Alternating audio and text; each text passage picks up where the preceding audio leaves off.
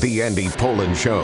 We got to go after this with everything we got, figuring they're going to come with everything they got. I'll start off by saying I'm bored, I'm broke, and I'm back. The Andy Poland Show on ESPN 630 starts right now. So raise your hand if you went into the NBA playoffs thinking the Indiana Pacers might wind up with the championship.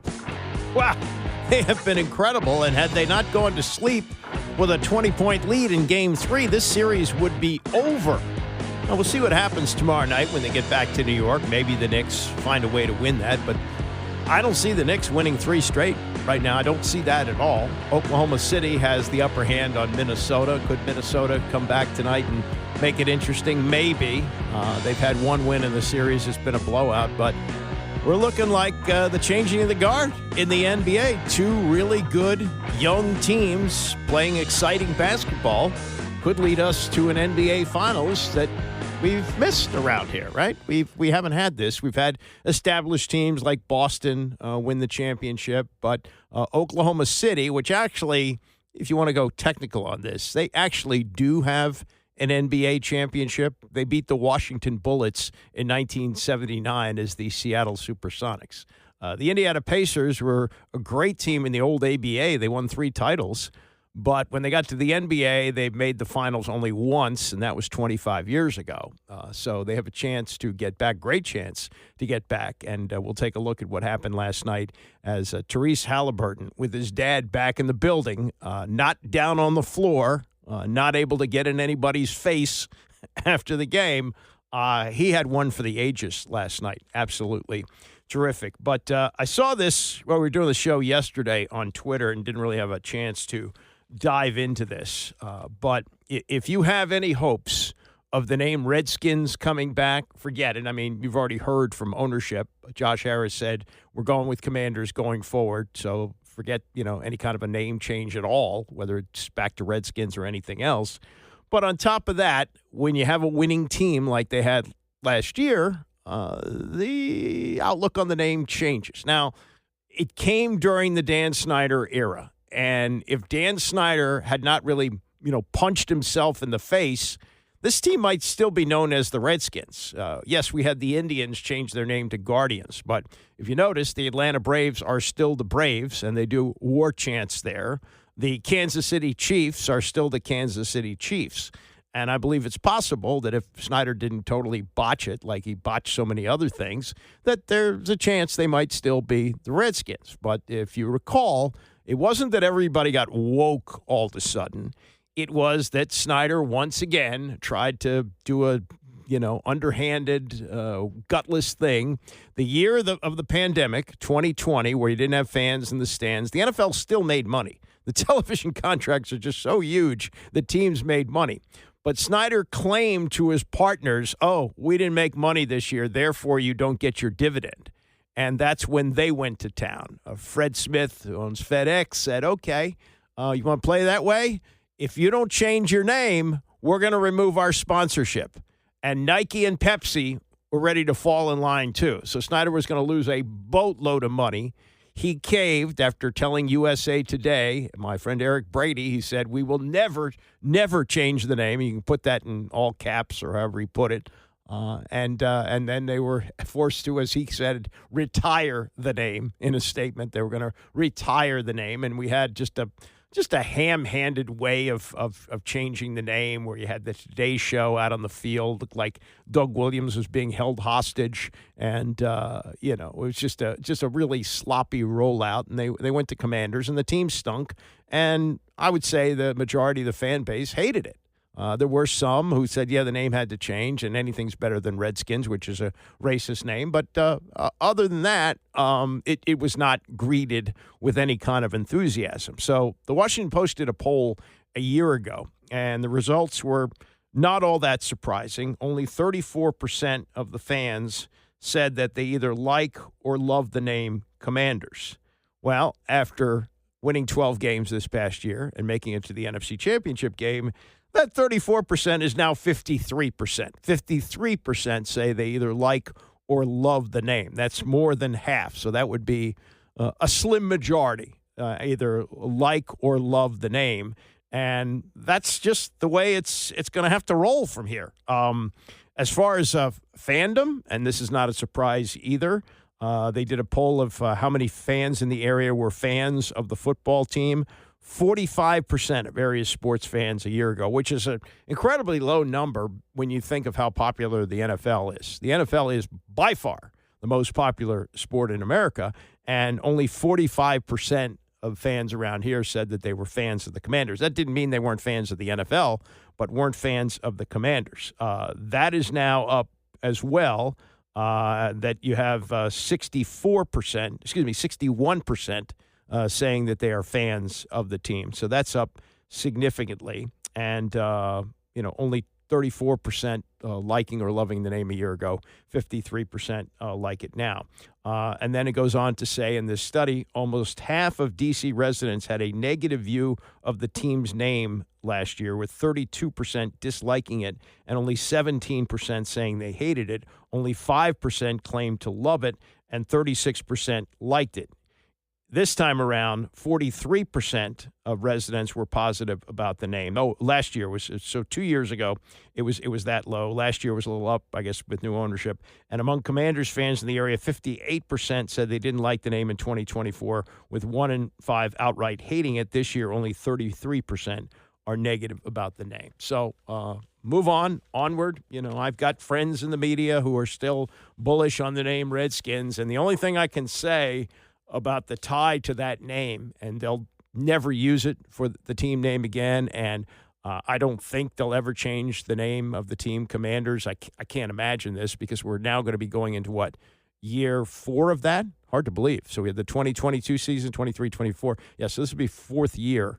So it's just going to be something that, you have to get your arms around. People didn't like Wizards when it first happened. Now it's accepted. The team stinks, which may help the perception as in a negative way. But by and large, it has become accepted. And that's just the way it's going to be with Commanders going forward. All right, from the NBA last night, just a tremendous performance from Tyrese Halliburton. He had one for the ages. It is a record-setting game for the playoffs, and I'll give you the numbers here. He's the first player in NBA playoff history to have a 30-point, 15 assists, 10-rebound triple-double without committing a turnover. 32 points, 15 rebounds, and 12 assists. That's a career high in rebounds. He also became the first player in Pacers history with multiple playoff triple-doubles. Just a tremendous, tremendous player, and he did it with his dad in the building. He had been banned because of his altercation with Giannis Antetokounmpo when they eliminated the Bucks. But I don't have an issue with that. He apologized, and Tyrese said he did the wrong thing in what he did. I think he learned a lesson there. And look, I have a son. He wasn't at that level of an athlete, but I got overly enthused about his games and performances. So it's just a mistake. Move on. And Halliburton said last night about his dad, I wanted to put on a good performance. I wanted to win the game. Obviously, my dad being here is special. Growing up, my dad was reffing a lot of weekends, so he didn't get to come to many of my games. So when he would come to my games, I would want to play well. So with him being in the building, of course, I wanted to play well. They also got some performances from players who had been struggling. And Rick Carlisle showing a lot of confidence in Ben Mathurin, who really came up big for them last night. I mean, it wasn't just Halliburton, but they got performances from other players. Let me give you the numbers here. Just a second. I got them here. The box score. Where's the box score here? This was from last night, and here we go. Ben Mathurin performed last night for the Pacers, and he had where's numbers? Yeah, he was 5 of 8 from the field and 10 of 11 from the free throw line. So he gave him 20 points off the bench, and that's a guy who hadn't had 20 points in all of the playoffs. This was Rick Carlisle last night on his performance. Proud of Ben Mathurin. The guy has stayed ready. Came in yesterday, worked, got shooting in, got some simulated game shots. Have just been encouraging him to stay ready, that we need him, and that the playoffs are just a different animal. And so tonight. He was great. Really gave us a huge lift and some really timely buckets. So really proud of him. I know Ty did some historic stat stuff tonight. That's great, but it's tough talking about stats when it's such a team thing right now. So happy for him. It'll get celebrated on all the networks and stuff like that. But in our world right now, it's day 7 of 13, and tomorrow's day 8. And we've got to just keep our eye on the ball and keep focusing on each day. I'll tell you something about Carlisle. He knows how to get his team ready. They have not lost back-to-back games since March 10th. So they lost the other night and really blew it. They gave it away. They were up 20 points and let the game slip away. That didn't happen last night. They were able to close it out. And while they didn't win by double digits, they were damn close. They won by 9 points. And as Tim Legler said last night with Scott Van Pelt, a lot of what you're seeing from the Pacers is good young players responding to great old head coaching from Rick Carlisle. The thing I love about him the most, and I've known Rick a long time, and I've always appreciated the fact that there's never an overreaction to the moment. Mm-hmm. It's so important for young players that be the case, including something as simple as continue to have faith in Benedict Mathurin. I mean, that's a perfect example of it. Not an overreaction to, this is a tight situation here. 2-1, he's struggling. Do I go somewhere else with his minutes? Instead, he keeps running him out there. It was a matter of time. He gave them a huge boost tonight. And the reason something like that's so important, you don't feel like a complete team because that's hanging in the air. Regardless of what's going on in the series, and you're up 2-1, and that's great.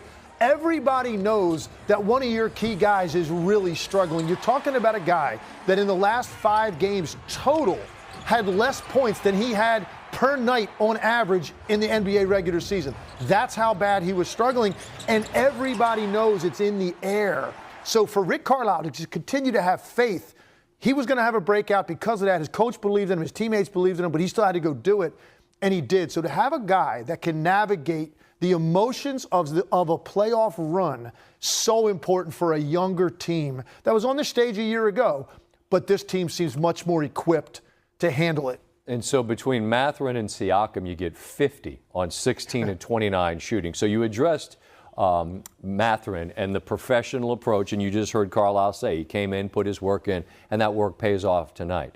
But when you got a secondary scorer in Siakam, who, by the way, has a ring, and gets 30, has his second monster 30-point game in this series, well, luxury is not the right word, but that's the reason the team wins. Not just Halliburton, but here's another dude that's got a 30-piece for you. The only reason he would get overshadowed and not be the headline is because of what we just watched out of Tyrese Halliburton, which was a masterclass in playing point guard at the highest level. Siakam, here's what he does. So we're talking about Halliburton being the engine. And then Rick Carlisle addressed the team thing, and they've got a lot of role players that do a great job. You know what Siakam represents? He's the hammer because at the end of the day, on any possession, he's the guy you can give it to just go win a one-on-one. Just go win me a one-on-one because there really isn't a great matchup. He's got that herky-jerky style with his handle. He's all high and loose, but he's so shifty. So big guys are always off balance. Smaller guys, he just puts you on his back and gets you into the post and shoots that little fadeaway spin-off jumper. His motor also very high. He has been since the day he came into the league. So tonight, when your 2 best players step up and play that well, I mean, you're going to get a win. It's very rare that you won't. They shot 50% combined from the field, 50 from the 3, and they missed 1 free throw between the 2 of them.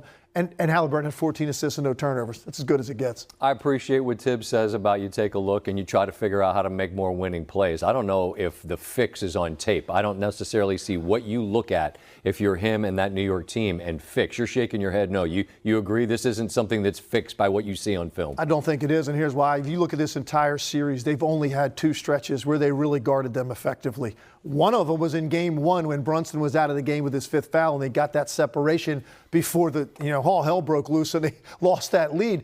They guarded them well physically. They were up into them during that 7-8 minute stretch of the 4th quarter, game 1, and then the 4th quarter the other night. But I felt like that was more self-inflicted on the part of Indiana because they didn't play as fast as they normally They got do. up 20 and they had a parade for themselves. They did. They really did. They just got away from like their wheelhouse. The ball was being dribbled too much. Guys were standing on the weak side. That's not who they are. Go. That's what you do. So 2 stretches in the whole series have the Knicks effectively proven that, hey, we can guard these guys a little bit. For the most part, Rick Carlisle knows in now 4 games, his team has played much closer to their ceiling for far longer stretches of games. And the other thing that's really got to be concerning for the Knicks as they head into Game 5 tomorrow night is that Karl Anthony Towns left the game late after knee-to-knee contact to kind of limp back in. He had 24 last night. They can't win without him, no question. So he's going to be a game-time decision. I imagine they'll find a way to roll him out there. But if he's compromised, I just don't see a way that the Knicks win this, although, you never know. But reality is they have to win 3 games, and I can't see them winning 3 games against a team that hasn't lost back-to-back games since the beginning of March. And they look quicker. They looked confident, even with young players. And Pascal Siakam, who had 30 points last night, has won a championship with the Toronto team. And so I got to like their chances. But back in the Garden, maybe the Knicks find a way to win one. As for the other series, which will continue tonight, that's been an odd series so far. And even though your 2 best players have monster nights the other night, as Williams had 34 and SGA finished with 74 points from 2 players. They only got by Minnesota by 2 points. It's been an odd series because the first 2 games were blowouts at home for Oklahoma City. Then Minnesota had a blowout in Game 3. Close game, Game 4. What does it mean for Game 5 tonight? Legler will have a look at that and more as we continue. It's the Andy Pollin Show, ESPN 630. The Andy Pollin Show on ESPN 630, the sports capital. Barring anything crazy, it looks like we're headed for an Indiana-Oklahoma City NBA Finals. Indiana taking another step last night with a 9-point win over the Knicks. And as they go to New York for Game 5 tomorrow night, there are some questions as to how the health of the Knicks will stand up. You got Karl Anthony Towns playing with a bad knee. You just don't know. And Jalen Brunson, bad shooting night last night. He was 9 of 19 from the field. He did have 31 points, but got a lot of that from the line. They got to shoot the ball better. A lot of things have to happen against an Indiana team, which just looks like it's got more energy. It's a lot quicker, and they got more options. They got more players who can score.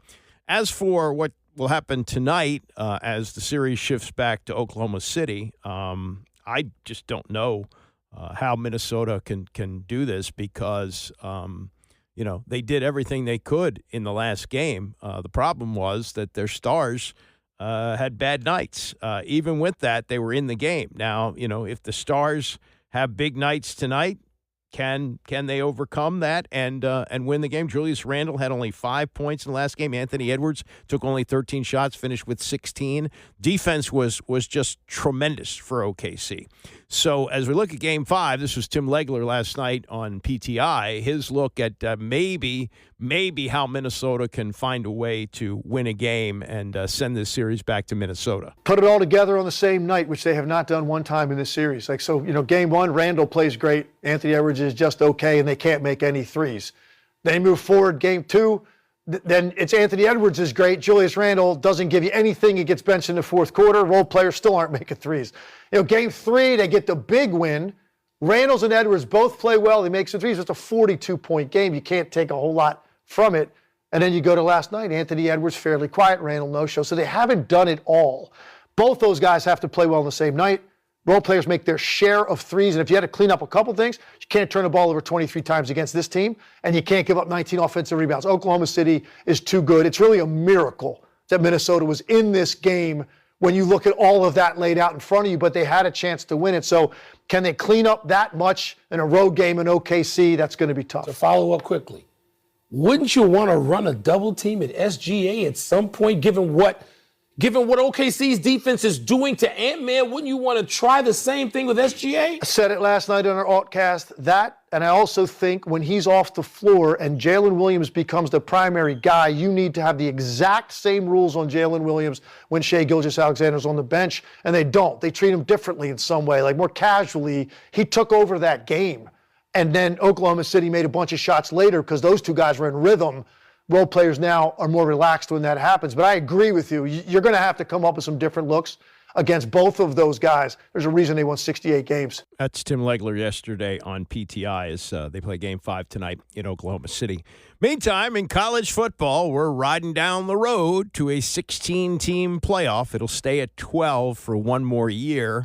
And then the question is, will it be 14 or will it be 16? Well, the answer is always to follow the money, and the money will lead you to 16 games. I'll tell you this, by the time they played the national championship this year, which was like the third week in January, we're deep into the NFL playoffs. I know it was on a night where the NFL wasn't playing, but, you know, a Monday night, you're coming off a full weekend, you're looking forward to I think it was the conference championships, which were set up. I mean, it just goes too long, and it's not going to get any shorter because there's money in this. Pat Forty wrote about it at SI.com. He says the Power Four conferences won at least 14 teams, very likely 16. The two most powerful members of the Power Four, Big Ten, SEC, they want to stack the deck with 4 automatic bids to the expanded playoff once they get to either 14 or 16, and probably 16. And if they get those automatic bids, the leagues are also entertaining the idea of 3 qualifying games. The top 2 teams in each of those leagues would meet for the championship and get the top 2 bids. Meanwhile, the third-place team would play the sixth-place team, and the fourth-place team would play the fifth-place team, and the winners would get 2 automatic bids. So here's the type of records you're looking at in games like that. He writes, last year, Iowa and Illinois finished tied for 5th in the Big Ten at 6-3. If the play-in games had been around last season, both of those teams would have been in action in early December trying to make it into the college football field. 6-3 conference records. Really. Now they're also talking about adding a 9th SEC league game, which would add to these play-in games, make it, I guess more conference games, the better. And the conferences are such huge now. Why not? And then he says a lot of this is Pat Forty from SI. He says a lot of this has to do with Alabama not being in. But Alabama lost by 3 touchdowns to a 6-7 Oklahoma team and never led a 7-6 Vanderbilt team. Is this a team you really want to be competing for the national championship? I ask this.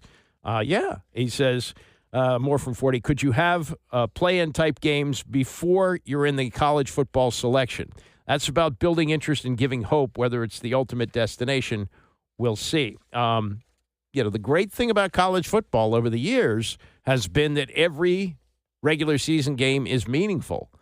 The way things are going with this playoff getting to 16, we're going to see some of the same stuff we see in the NFL where teams know they're in and they're going to start resting players at the end of the year.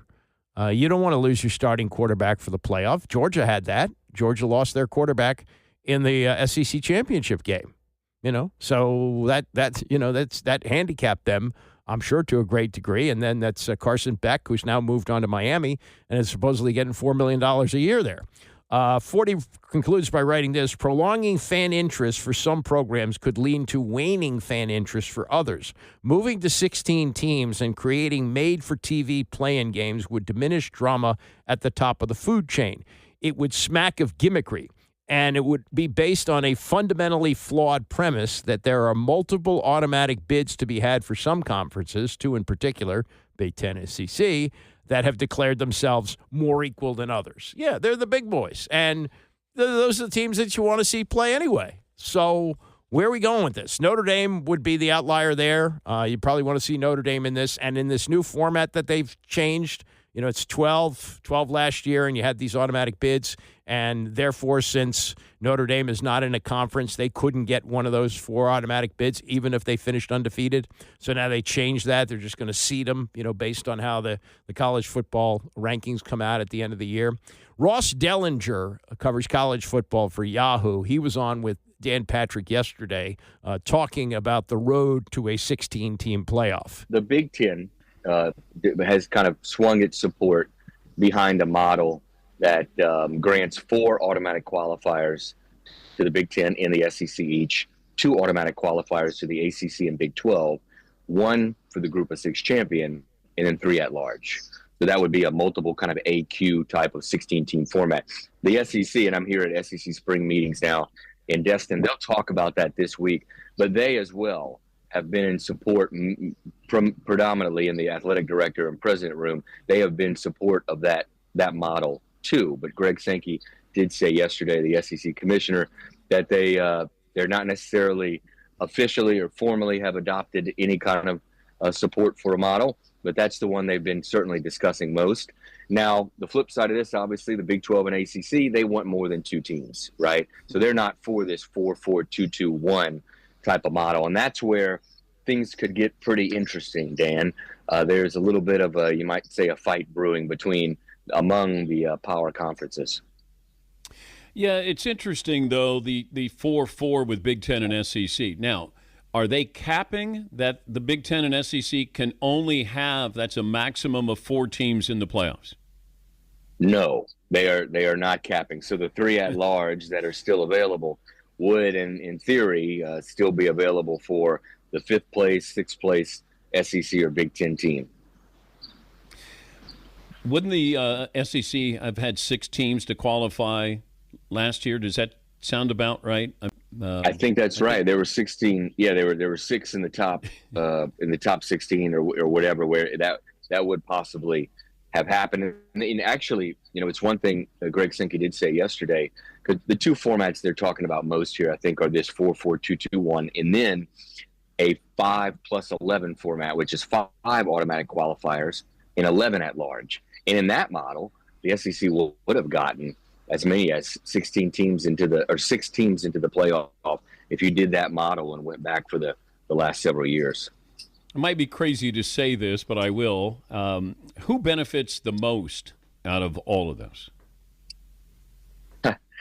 Well, the SEC and Big Ten, right? In this 4-4 model, certainly the SEC and Big Ten would benefit. Now, if you look at outside of college athletics, with the kind of the brewing fight going on, and just the fight for control and more money, Dan, which everybody right now needs more money, right? Because they have to pay athletes directly starting in about 5 weeks or so. So everybody's after money. So when you look at what's going on in college athletics, just the landscape in general right now, those that benefit outside of the agents and the athletes, right, that are getting paid, and then the agents getting a percentage, are the outside entities that we see maybe trying to get into college athletics with money, which are private equity firms, private capital firms. And that's really been interesting to follow. Dan, 2 weeks ago, the Big 12 and ACC, some of their presidents met with the Smash Capital folks that have this Super League proposal, and they want to infuse $9 billion into college athletics. And it's people like that could benefit and come in and kind of fill a hole, a financial hole where so many schools have one. We're talking to Ross Dellinger. He's at the SEC meetings. He's Yahoo Sports senior college football reporter. I've been saying for years it would be nice to have a schedule maker. So yeah, for college football. And maybe we get to this 50 schools, and then you have somebody who's going to have, the AFC West and the AFC North and AFC, all of those, we treat it like it's the NFL. But I don't know if I'd love relegation. Like I think you could really dress this up and make this so incredibly huge. But I don't know if it just feels like there's too many moving parts and too many people that maybe it doesn't have. Is that a pipe dream of in the next 10 years that we have maybe a 50 school format or 40 schools? Well, that's what, a lot of these Super League proposals that you've seen, much of it backed by private equity in private capital firms, would design something like you're talking about, right? They think college athletics, specifically college football, is vastly undervalued. They need to consolidate all the media rights, the TV deal. They need to have more uniform scheduling among the conferences, and they need to have more balance in the playoff and the regular season schedule. So I think a lot of folks agree on what you're talking about trying to get done. The problem is you have all these existing right? TV contracts with individual leagues. And as you know, college sports has always been kind of fractured into conferences, and it really prevents a lot of this from happening. And it prevents the entity in general of reaping its full value, a lot of people would say. But eventually, Dan, we'll get there. And I think it's coming. I think it's around the corner. I would say 5 to 7 years, we're going to get to a point where this happens, because between the years 2030 and 2032, there's a lot of things that will happen, contracts that come up, Dan, that could really trigger a lot of what we're talking about here. The CFP contract comes up with ESPN. The NCAA basketball tournament contract comes up. The Big 12 and Big 10 TV contracts as well come up. We could see a more of a consolidation of brands there and more of a centralized kind of leadership in college athletics. And I think it's coming. Now, we have NIL, but we also have collectibles and we have salary cap, right? That's right. There's a lot going on with collectives, right? With the compensation, right? We've been in the NIL era the past 4 years, where basically boosters are paying athletes for, quote, NIL, when really it is just a salary. And now we're about to get into real salaries, right? Schools on July 1 are going to be able to pay directly players basically salaries. They don't call it that, of course, because they don't want them to be employees, but it basically is a salary that schools will begin paying. But in order to do all that, the House settlement case needs to be approved by the judge. And here we are, probably 5 weeks before it's supposed to be implemented. All this is supposed to be implemented, and the judge has not yet ruled on whether to deny or approve the settlement. Yeah, so we're 5 weeks away from that, and it's already professional football. It's just how it's going to be structured as professional football. The one thing that you do have with college as opposed to the NFL is, while they are going to go to roster limits, it's going to be like 85. It's not 53 like it is in the NFL. So you conceivably could have this 12-game regular season with, as Dan Patrick suggests, a schedule maker, so that you don't have like all these hyphenated schools showing up for beatdowns early in the season just to pad your record. But on the other hand, the whole playoff thing is so long now. Are you really going to ask teams to do that? And we went to 11 games probably like close to 60 years ago. I remember in the 70s they used to play 11. Then they went to 12. Now you have the conference championship, so you're going to play 13. And then if you get into a 16-team playoff, you're going to play 4 more games. You're looking at an NFL schedule. And so the student athlete, that's sailed away. That's long gone. There's no such thing as that anymore. In fact, they ought to just do away with the academics, because it's meaningless now. You got players transferring schools all the time, credits, whatever. If you really work at it, and we've seen this over the years. I saw this with my son when he went to Indiana. Some of the junior basketball players, when he was a senior, graduated because they were on campus pretty much all year round, and they took summer classes and they had enough credits to graduate. You can do it that way, but the whole picture with academics and the amount of money that's involved in this, and players getting paid, and the symbol of NIL for me all time, Shedeur Sanders getting his Rolls Royce booted on the campus of Colorado for too many parking tickets. I mean, let's stop making it into something it's not. Let's just make it professional football. Let's do as Dan suggests, have a universal schedule maker, get all the matchups you want for TV, and let the chips fall where they may. But with an 85-man roster, you maybe can slog through it a little bit better than the NFL with a 53-man roster. And then you're going to get to this, and don't rule this out either. Maybe you just limit it to conferences, but if you're going to have a season this long, could you claim a player off another team, who's not in the top 3 rotation, or however they do it, a fourth string guy who you think can help you? I don't know. But you might as well go all the way. They're trying to go halfway here, and it's just not going to work. But a 16-team playoff, after we had for years and years and years just the bowl games, 5 or 6 bowl games of meaning on New Year's Day, and that was it. That's long gone. It's a professional operation, and it's much more complicated than it used to be, and the TV money is through the roof, and they're trying to maximize it in the best way possible. We got Orioles preview at 10:30. We do that every Wednesday. Orioles breaking their 3-game win streak last night with a loss to the Cardinals. Rubber game of the series tonight, coverage here at 6 o'clock. I lead in with a little bit of baseball in a world that is NFL-centric, right? I mean, the best player in the NFL is probably Patrick Mahomes, and he plays in, Kansas City. There was a time in all sports where the biggest stars played on the biggest stage, New York City. And back in the 1950s, which is before my time, New York was the sports capital of the world. You had 3 baseball teams there, and 2 of them were at many times playing for the World Series championship. Certainly the Yankees were in most years. They played the Dodgers a bunch of times. The Giants got in a few times, and that's what the country focused on was New York City baseball. It was a time in the country that we didn't have teams on the West Coast. We didn't have the television coverage. You really only saw the World Series on TV, maybe a handful of games here and there, game of the week on NBC. Most cities had a package of local games, but not many. When I was growing up, we got like 20 Washington Senators games on TV. And baseball was it. Baseball, as James Earl Jones said. Baseball. And now I look at what's happening in baseball these days. We have the 2 best players of this generation and maybe 2 of the best players who have ever played. When you think of the best players, you think of Babe Ruth for sure. If you want to, blow off the steroid stuff, Barry Bonds, even before he started using the steroids, he was one of the great players of all time.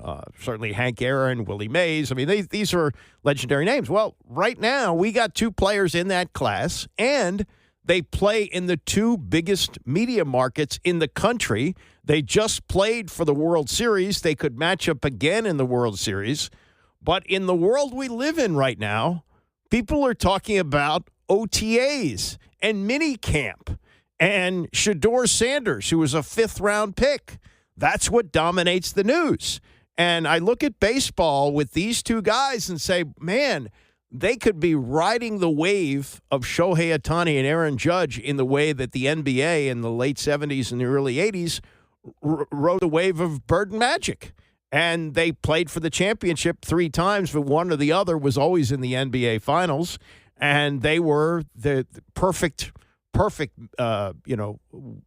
matchup because you had the Lakers and the flashy point guard in Magic, the Showtime Lakers, and the working class city of Boston with the white superstar of Larry Bird. And it was a perfect contrast. It couldn't have gone any better for the NBA. And if baseball was still significant, and it's not just behind football right now, it's behind the NBA, and it's maybe in terms of interest a little bit higher than hockey, but not that much. And I'm from an era where the World Series was bigger than the Super Bowl. That actually used to be the case. Now we got World Series games averaging less than 10 million people, and the Super Bowl's getting 150 million people. That's where we are with baseball right now. So yesterday on PTI, Tony Kornheiser, who's in his 70s, and Michael Wilbon, who's in his 60s, both of them closer to 70 and 80, we're talking about the 2 great players. Shohei Ohtani, who just did his 20th home run yesterday, and what is he hitting? Shohei Ohtani is hitting with that home run 296, so he's flirting with 300, and he's been throwing batting practice, so there's a chance that he's going to pitch again this year. Didn't pitch at all last year because of Tommy John. And Aaron Judge is 2 points under 400. He's 45 points ahead of the next guy in the batting chase. I mean, these are far and away the 2 best players, and they're playing in the number 1 and number 2 media markets, and they sort of become a footnote in everything that's going on right now. And this used to be, May was the teeth of the baseball season as you led into summer.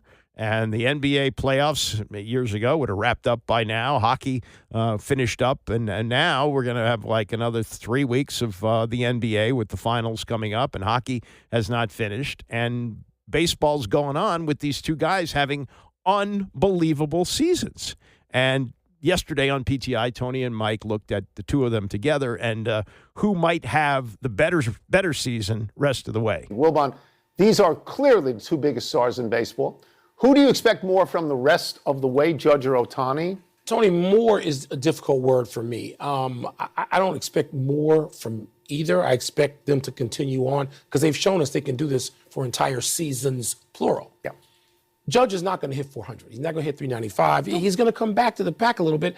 I think his career high, was what is like 315 or 318. He's not a guy who's going to, he's not Tony Gwynn. No. So he's going to come back. Ohtani's going to do what he does. He's hit 300 twice, but, not a 320 guy. But Ohtani can increase this. He can get to 310, 315. He's going to hit his 48 to 50 home runs. So I'm going to say, to answer the question, it's Ohtani. I am not buying into any of this pitching stuff yet. He pitched batting practice. Mm-hmm. I could pitch batting practice. Mm-hmm. Celebrities go to baseball parks and they like Kevin Costner throws batting practice. I'm not swayed by that yet. Ohtani's going to be great. Will he be a little greater than Judge the rest of the way? Marginally so to me. So here's where we disagree. Not on Ohtani, because I expect more from Ohtani, because I expect Ohtani to pitch. And the pitching means a lot to me when I watched it on television, when he was pitching to the Dodgers. And it was practice, and it wasn't serious. But if you watched it, his curveball went, 5 full feet. And he hit 97 on the radar gun. And it wasn't just that the Dodgers were watching him. The Mets came out to watch him as well, because he is a charismatic figure. So over the weekend, as you know, I watched so much sports on TV. I watched the basketball playoffs. I watched the hockey playoffs. I watched the Indy 500. I watched the senior PGA Congressional. I watched the regular PGA stop. I dropped in on lacrosse in your honor. Thank you. I dropped in on, softball and stuff like that. The most exciting thing I saw, was Ohtani throwing batting practice. I couldn't get enough of it because of this, Mike.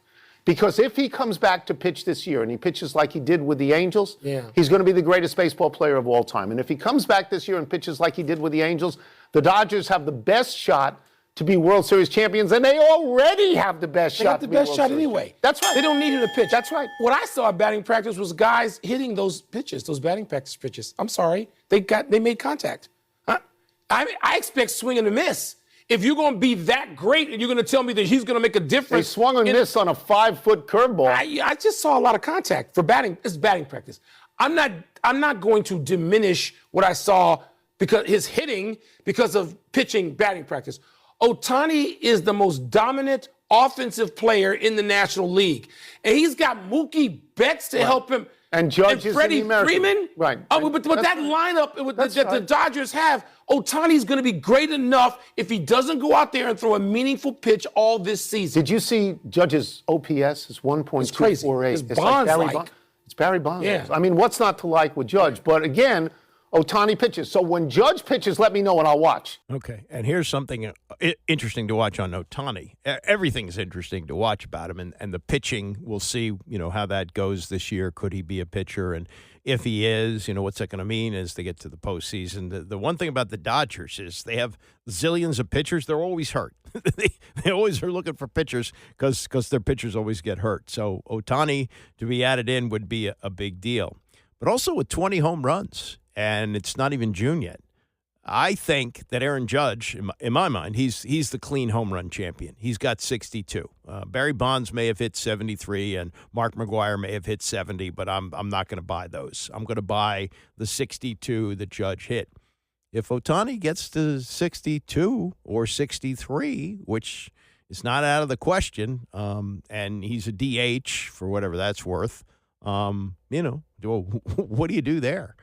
They're both absolutely incredible players, and like I say, playing in the number 1 and number 2 media markets, and it's amazing that this isn't a bigger deal. But that's one of the problems that baseball has right now. It's just very much of a niche niche sport, which it's used to be the American pastime, and now it's it's financially it's fine, but on terms of what it used to be and maybe what it could be again, I mean, shortening the game with the pitch clock has certainly helped. But it's really amazing how that works. That we've got these two superstars in the two top markets, and it's like, oh yeah, how about that? Let me throw this in. Maybe this is as the NFL moves closer and closer to absolute financial insanity. Once the collective bargaining agreement can be opened up in 2029, and they're likely to double the money for media rights. They're just going crazy with it now. Chipping off things here and there to sell it to Netflix for like $100 million for Christmas Day and stuff like that. These contracts that these rookies are getting. The Browns just gave defensive tackle Mason Graham a 4-year deal worth $40.8 million and a $26 million signing bonus. These are all slotted numbers with the rookie deal, and he was the 5th overall pick. But they guaranteed all of it. They gave him the money, and even if there's a complete bust here, if he's injured or something like that, so we're moving closer to that. We've had a couple here and there, and nobody, I guess, has made more guaranteed money than Kirk Cousins. But the NFL has held the line on that. They have, and I think rightfully so, because guys get injured all the time there, and you can have not as many career-ending injuries, but career-altering injuries.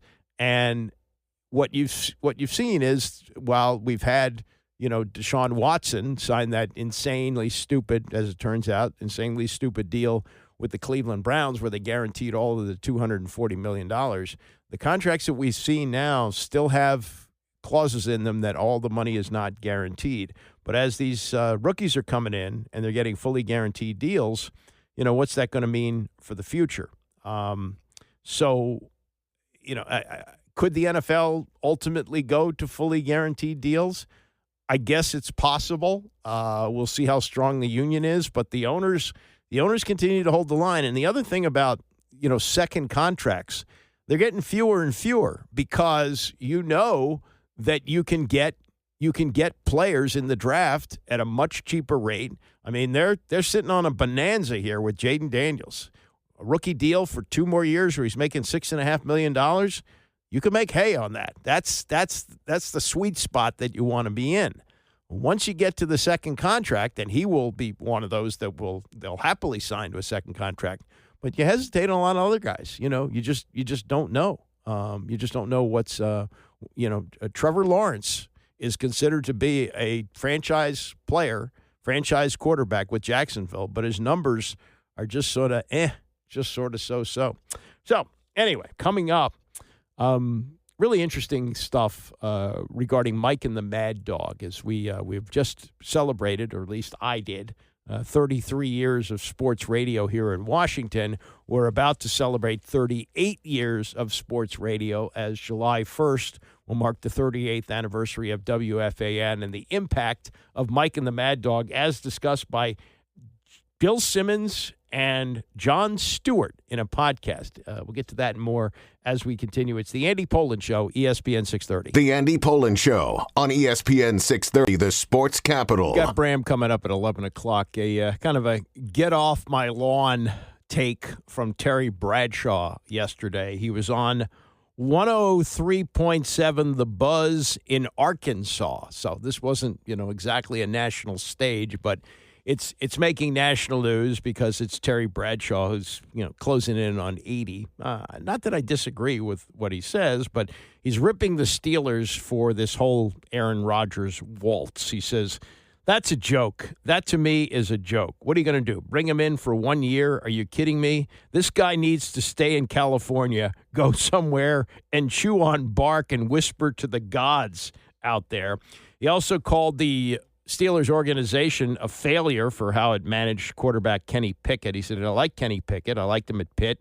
I know him. I know what it's like. When he got to Pittsburgh, they didn't protect him. They didn't get him an offensive line. They wanted to run the football, but they didn't have an offensive line they could protect. They didn't have the weapons. They had no wide receivers to speak of.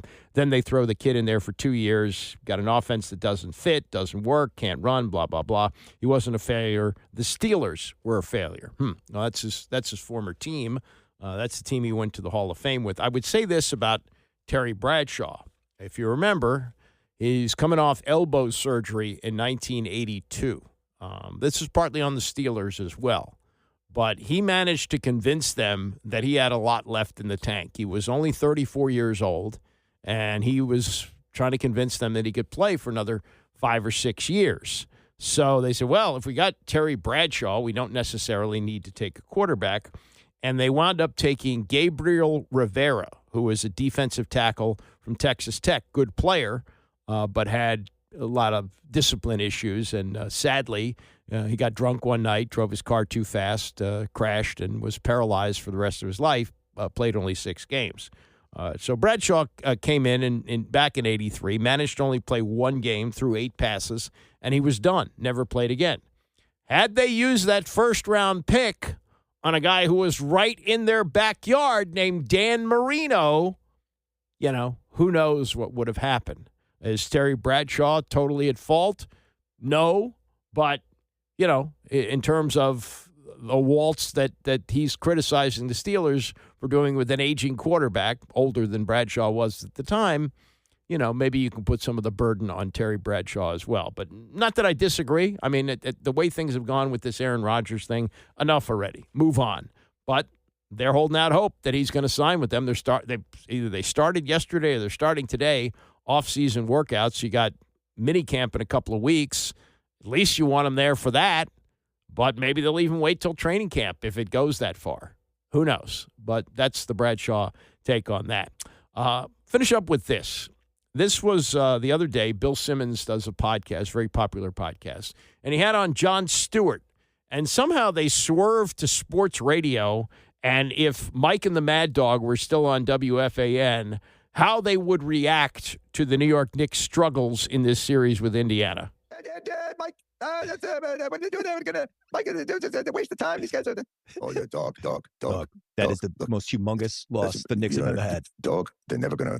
You're never gonna see a loss like that again in the Garden. The Garden. Ever see that again. I've been going to the Garden since 1908. I saw Tunney fight Dempsey. I saw Tunney fight Dempsey in the Garden, 19, and that was the only time I ever thought same kind of thing. Dog. So, Mike. You must have listened to that back in the day all the time, right? Mike and the Dog. Yeah. Was anything better than when they did the Oscars? Nothing. Mike and the Dog. Ever. That was, to me, that created podcasting. Mike and the Mad Dog decided they were going to weigh in. Interesting. I feel like they created it when they weighed in on like the 94 Oscars or the Emmys. I was like, this is the model for something down the road. It is stunning how influential they were through, and are through broadcasting. More Dog now. I think Francesa doesn't do a ton. I feel like a lot of the people that have huge platforms now, and I include myself, were like massively influeed by that specific show because of the interplay back and forth with those guys. Yes, is really what podcasting became. The First Take and all those other ones, I think, are in many ways sons direct of those shows. Yeah, absolutely. Those guys were, and when they came on the air, the fan was nascent. Like it wasn't as big a deal. You had Stevie Summers, at night doing all his stuff, and Dog and Francesa, and like it lit up sports in a way that, for New Yorkers was like this, and now everybody does kind of their impression of that. But it's amazing. And to see, especially Dog, like still going strong, it's kind of great. No, it's a long career. And with some chapters to it too. Well, now the Fan, you still listen to the Fan. It seems like some of it is a little performative because the clips are really funny. Yeah. It also has to be, There's 2 bald guys just like absolutely losing their mind over the protection behind Aaron Judge or that Juan Soto seems unhappy. Yeah. And the problem I have now sometimes with the Fan is a lot of the voices sound the same. Like the nice thing about Dog and Francesa is they were like Hall & Oates. Like one guy sang high blues and the other guy, and every now and again. So that treble and bass really worked. Now you get shows that are like treble. And it's, you don't know who's talking and they're all at the same pitch. Yeah. And it's just kind of cacophony. And like you say, pretty performative, pretty obviously takes with like kind of holes in them. Still fun to listen to, but but we're also old heads. We're old heads. Yeah, and so am I. But a couple of interesting things that they bring out there. Number one, I didn't really think of them as paving the way for the modern podcast, but maybe they have. They certainly have paved the way for the type of shows that you see on television. None of them as good as PTI. But, Tony and Mike were actually doing this show that they do now long before Mike and the Mad Dog got on the air. Mike Wilbon was an intern at the Post 1980. Tony got there 79. So that show launched in 1989, Mike and the Mad Dog. And I was there from the beginning with WFAN, which is about to celebrate 38 years. And when the station launched, I mean, they really, when you look back, they didn't really know what they were doing. You got to have local people doing sports radio. And that's what we've learned over all these years, that it just doesn't work if you're not from the town. Whatever success I've had here is in a large part related to me growing up in Washington. I understand the history. And most people who do sports radio here have history in Washington. In case of Tony, he was here a long time before sports radio launched, so he had a great feel, and he was out covering all the teams, and so he had that ability to connect with local people. You can't do that if you're just walking into town, and that's what they did. They brought in national people. Greg Gumbel, who's from Chicago, great guy, just wasn't cut out to do sports radio, did the mornings. Jim Lampley was good. He just didn't stay. He had spent a lot of time in New York. And then they brought in Pete Franklin for the afternoon. He was from Cleveland. And the way that this came together, there was a program director named Mark Mason who really got the fan to the next level. He was not the original program director, but he came in a year or so in. And there was a period of time when Don Imus was the host about a year into the station. They had bought the NBC O&Os, and they didn't do the best of Imus. And Russo was filling in for Imus on a morning when, there was still something left in the tank for Don Mattingly. And Russo grew up a San Francisco Giants fan, and he's ranting about Will Clark being a better first baseman than Don Mattingly. And Mike Francesa, who at the time was doing a midday show with Ed Coleman, was listening on his way into work and decided that he was going to take on Mad Dog in the studio. And he walked in, and they began arguing about who was a better first baseman. Mark Mason heard that, and it was like peanut butter and chocolate. And when Pete Franklin's contract ran out in 1989, he put them together. And really, that was the beginning of sports radio. What they did in the afternoons and the ratings that they got and the way that they got people talking about the local teams and the way that Francesa could go back in history and talk about watching Mickey Mantle at Yankee Stadium, and the way Russo, who knew, even with this, and it's not an act, that's who he is personally, but the Mad Dog thing, that was a nickname he was given by Bob Raceman, who was the media critic for the New York Daily News, the way he could handle that and the way he could not only give you style but substance. And then a great point there by Jon Stewart about how their voices were different. So you had this yin and the yang and the way that they had their style. The problem with Francesa was when he first started, he knew everything because he'd been a researcher with CBS. As the internet came along and everybody knew everything, he began to fudge it and the faking, and it just, kind of caught up with him, became kind of a joke on things that he would do to, kind of make it seem like he knew everything but didn't know everything. But they changed it. They really did. They were real trailblazers in this business, whatever it is now, and whatever you listen to, whatever you like. It was essentially, if you're a sports radio listener, it was the modern sports radio was invented by these two guys who really got started before the internet. The internet changed everything. The internet makes it so everybody knows everything, and everybody has the same resources to do it. But what they did with what they started with in the late 80s and through the 90s will never be matched. They made a hell of a lot of money doing something that just doesn't pay that kind of bucks anymore. All right, Bram is coming up next, and I will see you back here tomorrow morning at 9 a.m.